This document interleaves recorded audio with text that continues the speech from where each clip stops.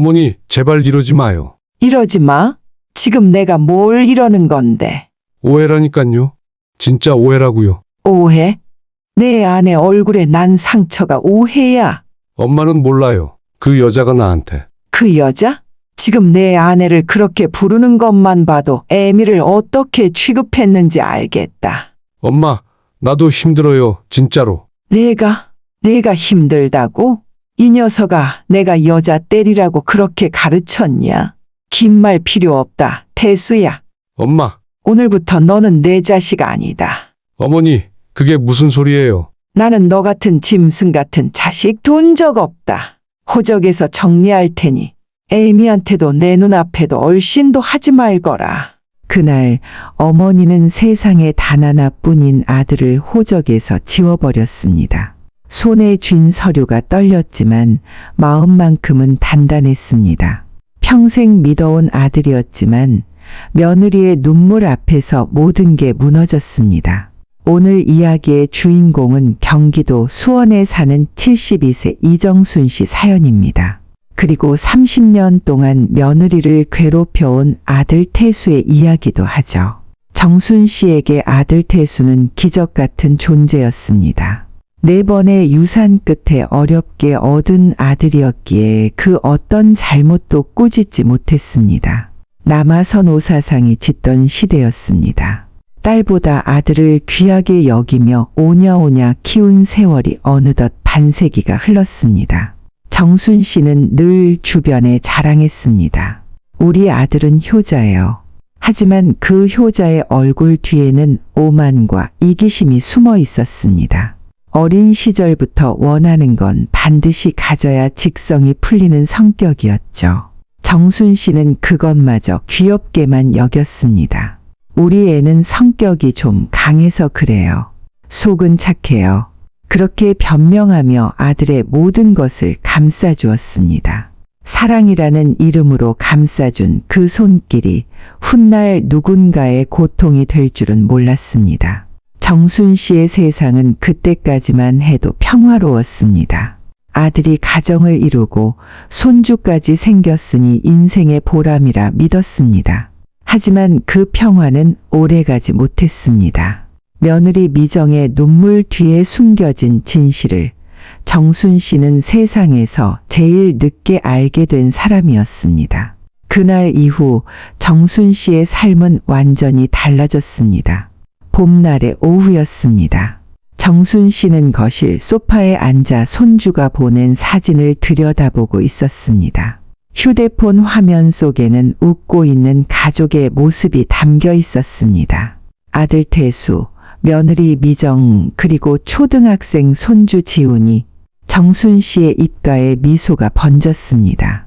우리 손주가 사진을 잘 찍네. 그런데 화면을 확대하던 그 순간이었습니다. 며느리 미정의 팔에 흐릿한 보라색 멍이 보였습니다. 정순 씨의 손가락이 화면 위에서 멈췄습니다. 눈을 가늘게 뜨고 다시 한번 확대했습니다. 분명했습니다.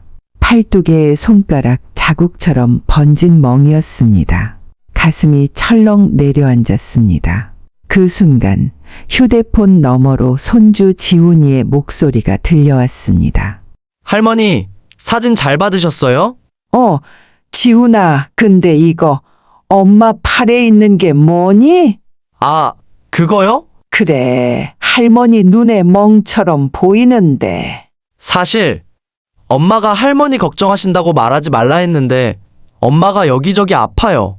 할머니, 아프다고 이 할미한테는 다 얘기해도 되니 말해봐라. 왜? 어디 부딪혔니? 아니요. 아빠가 옷걸이로 때렸대요. 지훈아, 언제 그랬어? 며칠 전이요. 밤에 아빠랑 엄마가 싸웠어요. 제가 방에 있었는데 소리가 너무 커서 할머니, 엄마 많이 아픈 것 같아요.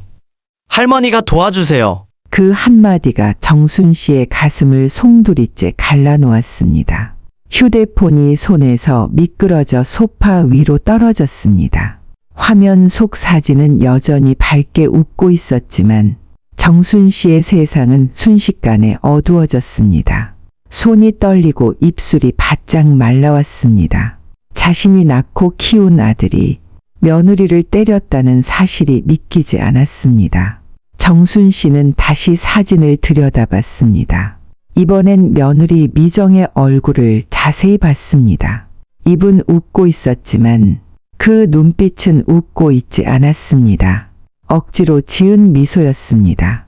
오랜 시간 울다가 마른 눈처럼 생기가 없었습니다. 정순 씨는 그제야 깨달았습니다. 며느리가 명절 때마다 긴팔을 입었던 이유를, 가족 모임에서 말수가 점점 줄어들었던 이유를, 손주가 유독 엄마를 감싸려 했던 이유를, 모든 것이 신호였습니다. 그런데 정순 씨는 그것을 보지 못했습니다. 그저 잘 산다고 생각했고 며느리가 차가워졌다고만 생각했었습니다. 그날 밤 정순 씨는 잠을 이루지 못했습니다. 사랑으로 키웠다고 믿었던 그 손길이 결국 누군가를 파괴하는 손이 되었다는 사실에 정순 씨는 지난 세월을 원망하고 스스로를 탓했습니다. 사랑을 잘못 준 죄, 너무 많이 감싸준 죄, 아들의 잘못을 한 번도 바로잡지 않은 죄, 그것이 누군가의 인생을 망가뜨렸다는 사실이 그녀의 마음을 무너뜨렸습니다. 새벽 4시 정순 씨는 침대에서 일어났습니다. 거실로 나와 소파에 앉아 휴대폰을 다시 켰습니다. 사진 속 며느리의 팔을 다시 한번 확대했습니다. 보라색 멍, 손가락 자국, 그리고 억지로 지은 미소. 정순 씨는 조용히 눈을 감았습니다. 그리고 결심했습니다. 이제 난 돼. 더 이상 모른 척할 수 없어. 그날 이후 정순 씨는 달라졌습니다. 며느리에게 전화를 걸기 시작했습니다. 매일 조용히 그리고 조심스럽게. 얘야, 밥은 먹었니? 요즘 몸은 좀 어때? 힘든 일 있으면 언제든 말하렴. 미정은 대답했습니다. 괜찮아요. 어머니, 걱정 마세요. 하지만 정순 씨는 알고 있었습니다. 그 목소리 뒤에 숨겨진 떨림을, 그 괜찮다는 말 뒤에 감춰진 고통을. 며칠 뒤 목요일 오후였습니다. 정순 씨는 며느리가 좋아하는 반찬을 싸고 손에 든 과일 봉지를 들고 무거운 발걸음으로 아들 며느리 집을 향했습니다. 아파트 앞에 도착했을 때 해가 기울고 있었습니다. 엘리베이터를 타고 현관 문 앞에서 머뭇거리는 손으로 초인종을 누르려던 순간이었습니다. 안에서는 거친 고함과 그리고 무언가 깨지는 소리가 들렸습니다. 정순 씨는 손에 든 반찬통과 과일 봉지를 던지듯 내려놓고 다급한 손으로 문고리를 잡았습니다. 문은 잠겨 있지 않았고 천천히 문을 열었습니다. 그 순간 보이는 건 겁에 질린 며느리 미정과 쏘아붙고 있던 아들의 모습이었습니다. 내가 몇 번을 말해 밥을 제대로 차려놔야 할 거 아냐? 여보, 미안해요. 오늘 엄마 병원 모시고 가고 바깥일 좀 보느라. 넌 너희 엄마가 중요하냐? 옆엔 내가 집을 지키고 있어야지 어딜 싸돌아다녀. 그게 아니라 제가. 며느리 미정의 말도 끝내기 전에 아들 태수는 식탁에 있던 반찬 그릇을 며느리 미정에게 내던지고 있었습니다. 또 변명이야? 또? 미정, 제발 지훈이 학원에서 곧 와요. 지훈이는 상관없어. 내가 문제야. 이게 대체 뭐 하는 짓이야? 엄마가 왜 여기? 이게 내가 만든 가정이냐? 이 천하의 나쁜 놈. 엄마, 이건 오해예요. 우리 부부 문제고. 부부 문제. 넌 지금 이 집안 꼴을 보고도 변명이냐?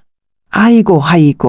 바닥에 깨진 접시, 벽에 튄 국물 자국, 그리고 구석에 쪼그려 앉아있는 며느리 미정. 미정의 뺨은 빨갛게 부어 있었습니다. 손으로 얼굴을 가리고 있었지만 눈물이 손가락 사이로 흘러내렸습니다. 정순 씨의 몸이 떨렸습니다. 분노가 온몸을 타고 올라왔습니다. 그녀는 천천히 아들에게 다가갔습니다. 아들 태수는 뒤로 물러섰습니다. 엄마, 진정해요. 이건 정순 씨는 말없이 아들의 뺨을 후려쳤습니다. 거실에 소리가 울렸습니다. 태수는 뺨을 감싸며 멍하니 어머니를 바라봤습니다. 72년을 살며 한 번도 자식을 때려본 적 없던 어머니였습니다. 정순 씨는 말했습니다. 목소리는 떨렸지만 눈빛은 단단했습니다. 오늘부터 너는 내 아들 아니다. 그날 정순 씨의 마음속에서 아들이라는 단어는 무너졌습니다. 그녀는 집을 나와 며느리의 손을 잡았습니다. 며느리 미정의 손은 차갑게 식어 있었습니다. 애미야, 정말 미안하구나. 이게 다 내 잘못이다. 너를 볼 면목이 없구나. 미정은 고개를 들었습니다. 눈물 범벅이 된 얼굴로 정순 씨를 바라봤습니다. 어머니, 가자, 여기서 나가자. 정순 씨는 며느리를 일으켜 세웠습니다. 그리고 아들을 마지막으로 한 번 돌아봤습니다. 태수는 그 자리에 그대로 서 있었습니다. 뺨에는 붉은 손자국이 선명했습니다. 정순 씨는 며느리를 자신의 집으로 데려왔습니다. 침대에 눕혔지만 정순 씨는 잠을 이루지 못했습니다. 거실에 혼자 앉아 어둠을 바라봤습니다. 자신이 낳은 아들이 세상에서 가장 사랑해야 할 사람을 괴롭히는 괴물이 되었다는 사실. 그것이 믿기지 않았습니다. 정순 씨는 조용히 눈물을 흘렸습니다. 그날 이후 정순 씨는 며느리 미정을 집으로 데리고 와 돌봐주었고 하염없이 눈물을 흘리는 며느리를 보며 혼자서 다짐했습니다. 그리고 뜬 눈으로 밤을 새고 아침이 돼서야 가방을 들고 현관문을 나섰습니다. 정순 씨가 향한 곳은 다름 아닌 구청이었고 버스 창밖을 바라보며 아무 생각도 하지 않으려 했습니다. 하지만 머릿속은 복잡했습니다. 그러는 사이 구청 앞에 도착하였고 정순 씨는 민원실로 들어갔습니다. 직원에게 재적 신청서는 어디서 해야 하는지 묻자 직원이 잠시 놀란 표정을 지었습니다. 재적 신청서요? 혹시 네, 아들을 호적에서 빼려고요.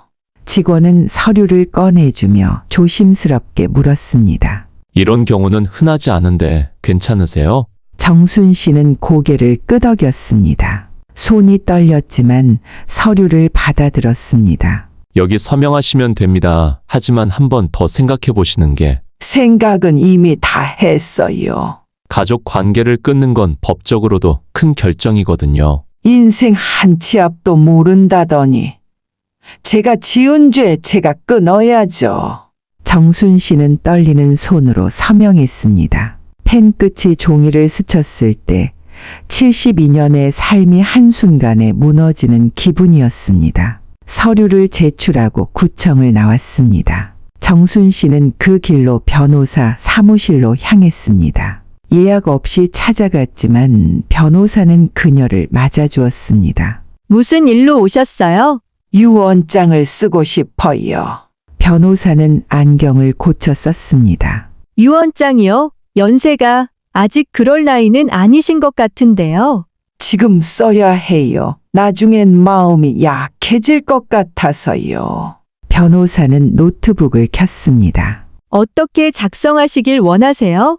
정순 씨는 조용히 말했습니다. 제 재산 절반은 며느리에게 주세요. 나머지는 가정폭력 피해 여성을 돕는 단체에 기부할게요. 변호사가 놀란 표정으로 물었습니다. 아드님은요? 아들은 없어요. 호적에서 뺐어요. 변호사는 잠시 침묵했습니다. 그리고 고개를 끄덕이며 타이핑을 시작했습니다. 유언장 작성은 1시간이 걸렸습니다. 정순 씨는 마지막 장에 서명했습니다. 이걸로 속죄가 될까요?